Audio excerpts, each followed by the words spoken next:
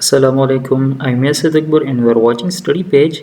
This is the 10th lecture of object oriented programming in C++. In this lecture we are going to study about dynamic memory management using the new and delete operators.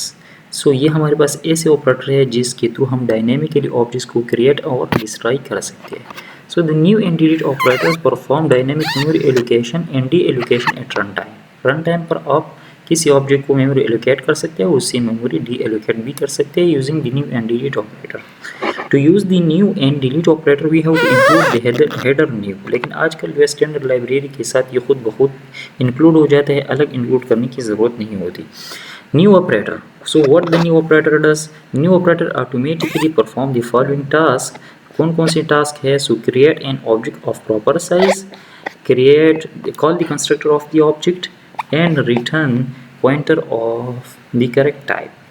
अगर आप new operator के through किसी object को dynamically create करते हैं तो automatically उसको proper size allocate करता है, उसका कंस्ट्रक्टर कॉल कर देता है और उस टाइप का एक पॉइंटर रिटर्न कर देता है ताकि हम इसको फर्दर आगे अपने प्रोग्राम के अंदर यूज़ कर सकें.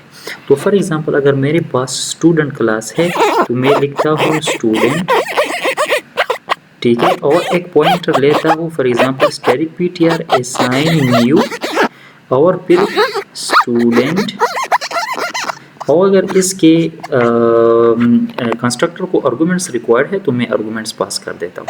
ठीक है, तो ये देखें without the name of the object we have created an object with new operator and its address will be saved in this pointer. तो एक लाइन में भी आप इस तरह न्यू ऑपरेटर को यूज़ करके ऑब्जेक्ट क्रिएट कर सकते हैं और इस तरह भी कर सकते हैं कि पहले प्रॉपर टाइप का पॉइंटर ले लें और फिर न्यू ऑपरेटर के थ्रू ऑब्जेक्ट क्रिएट करके उसका एड्रेस जो है उस पॉइंटर में सेव कर दें. So this statement will create an object of proper size for type time. Time के लिए ये प्रॉपर एक ऑब्जेक्ट क्रिएट कर देते हैं. If no space is available for object in memory then it will return an error. अगर memory में space ना हो तो एरर रिटर्न करेगा, लेकिन आजकल तो मेमोरी बहुत ज़्यादा होता है, तो मेमोरी ज़्यादा होती है तो इतना मसला नहीं होता. In runtime, when an object is created it has no name and its address is used in programs. जिस तरह हमने देख लिया कि रन टाइम पर जब एक ऑब्जेक्ट क्रिएट हो जाता है तो उसका नेम नहीं होता, क्योंकि नेम तो तब होगा जब हम लिखेंगे. तो इसको किस तरह यूज़ करेंगे? तो इसका पॉइंटर फिर हम यूज़ करते हैं. It is use to allocate memory of variable size. ठीक है, variable size means during running of the program आपको ये पता नहीं लगता. बस इस तरह की सिचुएशन आ सकते हैं कि आपको ये पता नहीं लगेगा कि कितना साइज़ रिक्वायर्ड है या फॉर एग्जांपल कौन सा ऑब्जेक्ट क्रिएट करना है एंड सो ऑन. ठीक है, तो उसमें आप न्यू ऑपरेटर को यूज़ करके वेरिएबल साइज मेमोरी उसको एलोकेट करेंगे. The programmer is allowed to allocate and deallocate memory when needed. Mostly use in link list, trees, graphs. ठीक है, तो अभी लिंक लिस्ट फॉर एग्जांपल आप इंग्लिश में इंसर्शन कर रहे हैं तो at run time dynamic link list अगर है तो आपको पता नहीं लगता कि कितनी नोड्स इसमें क्रिएट होंगे. ठीक है, या कितनी नोड्स फॉर एग्जांपल इसमें क्रिएट होंगे और ड्यूरिंग एग्जीक्यूशन प्रोग्राम डिलीट भी होंगे, और इस तरह ग्राफ्स में कितनी नोड्स क्रिएट होंगे, डिलीट होंगे, एंट्रीज. तो देखिए दीज आर डायनेमिक मेमोरी या डायनेमिक डेटा स्ट्रक्चर्स. तो एडवांस में हमें पता नहीं होता, इसलिए न्यू ऑपरेटर के थ्रू हम न्यू इसमें नोड्स क्रिएट करेंगे. C++ also allows us to provide an initializer for newly created objects as. ठीक है, अगर आप किसी ऑब्जेक्ट को न्यू ऑपरेटर के थ्रू क्रिएट करते हैं और उसके कंस्ट्रक्टर में पैरामीटर रिक्वायर्ड हो तो आप इसी तरह इस सिंटैक्स को यूज़ करके प्रॉपरली उन ऑब्जेक्ट्स को इनिशियलाइज भी कर सकते हैं. ठीक है, तो देखें this is time ptr. Time ptr का एक पॉइंटर क्रिएट हो जाएगा न्यू ऑपरेटर के थ्रू और इसका कंस्ट्रक्टर कॉल होगा और इसका जो एड्रेस है वो इस पॉइंटर में सेव हो जाएगा.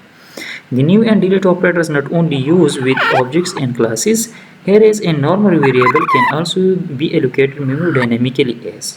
न्यू ऑपरेटर सिर्फ क्लासेस और ऑब्जेक्ट्स के साथ यूज़ नहीं होते, लेकिन अब जो बल्कि हमारे साथ जो प्रिमिटिव डेटा टाइप्स है, बेसिक डेटा टाइप्स है, उनके साथ भी हम इन ऑपरेटर को यूज़ कर सकते हैं. फॉर एग्जांपल मुझे एक डायनेमिक एरे चाहिए, डायनेमिक के लिए एक एरे चाहिए एट रन टाइम पर. ठीक है, तो देखें न्यू ऑपरेटर के थ्रू हम एक इंट एरे को ले लेते हैं जिसमें 10 एलिमेंट्स हम सेव करेंगे और इसका एड्रेस इस एरे में सेव हो जाएगा. इसी तरह डबल एरे या डबल एक वेरिएबल आप भी डायनेमिकली इस तरह क्रिएट कर सकते हैं. What does the delete operator do? So to destroy an object dynamically and free its space, we must use delete operator. तो जब हमने डिलीट ऑपरेटर यूज़ करना है तो किस तरह यूज़ करेंगे, डिलीट ऑपरेटर लिखते हैं और सामने उसके ये अगर एरे हो तो ब्रैकेट्स के साथ एरे नेम लिखते हैं, अगर एरे ना हो सिंपल वेरिएबल या ऑब्जेक्ट हो तो ऑब्जेक्ट नेम लिखते हैं। तो क्या करते हैं, उस ऑब्जेक्ट का स्पेस फ्री कर देता है, मीन्स वो डी एलोकेट कर देते हैं। किसी और प्रोग्राम को अगर स्पेस रिक्वायर हो तो वो इस स्पेस को अभी यूज़ कर सकता है। It dynamically deallocate the memory. Delete operator calls the constructor of an object to be deleted. It deallocates the memory associated with the objects. Properly उसका डिस्ट्रक्टर कॉल कर देता है और उसके बाद उसका मेमोरी जो है वो रिमूव कर देता है। The memory can be reused to allocate other objects, और वो मेमोरी फ्री हो जाती है तो और ऑब्जेक्ट्स उसको यूज़ कर सकते हैं। If there is a pointer to array of objects, अगर आपने ऑब्जेक्ट का एक एरे लिया है और उसका पॉइंटर आपने रिटर्न किया है तो क्या होता है, first call constructor for each object in the array and then deallocates the memory. One by one जो है एरे में जितने भी ऑब्जेक्ट्स होते हैं उन तमाम के कंस्ट्रक्टर डिस्ट्रक्टर्स कॉल हो जाते हैं और फिर मेमोरी जो है वो डी एलोकेट हो जाती है। So this was about the new and delete operators. Thank you so much for watching. In the next lecture I will practically demonstrate the usage of these new and delete operator. So keep watching the videos. Thank you so much. Allah Hafiz.